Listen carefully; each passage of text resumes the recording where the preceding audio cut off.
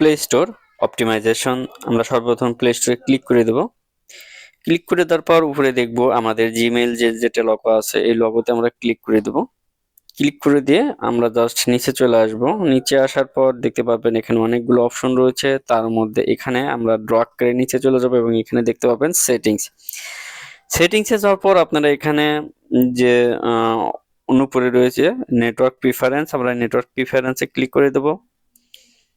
আমরা এখানে ক্লিক করে দেওয়ার পর জাস্ট একটা ক্লিক করে দিলাম। ক্লিক করে দেওয়ার পর আমাদের নিচে দেখতে পাচ্ছেন অটো আপডেট অ্যাপস, এই যে অপশনটি রয়েছে এই অপশনটিতে গিয়ে আমাদের কি করতে হবে, এইটা বন্ধ করে দিতে হবে।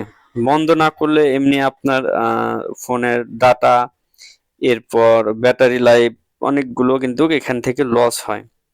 তো এটা বন্ধ করে দিয়ে দিলে হবে কি আপনার ব্যাটারিটা বেশিক্ষণ লাস্টিং করবে এবং আপনার যে ফোনটি সেটি স্লো থাকবে না, ভালো থাকবে। সো এগুলো আপনারা দেখে দেখে এই অপশন থেকে কিন্তু আপনারা অনেকগুলো বন্ধ করে দিতে পারবেন।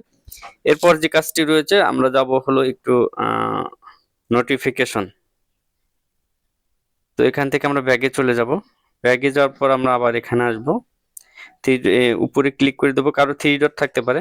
তো এখান থেকে আমরা নোটিফিকেশন এবং এখানে দেখতে পাচ্ছেন ম্যানেজারের নিচে রয়েছে নোটিফিকেশন, এখান থেকে এসে আমরা জাস্ট ওকে করে দিয়ে জাস্ট আমরা থ্রি ডট মেনুতে ক্লিক করে দেবো। থ্রি ডট মেনুতে ক্লিক করে দেওয়ার পর এখান থেকে ক্লিন করে দেবো। ক্লিন করে দিলে আমাদের ব্যাটারি লাইফটা অনেক সেভ হয়ে যাবে। সো ভিডিওটি ভালো লাগলে পাশে থাকবেন।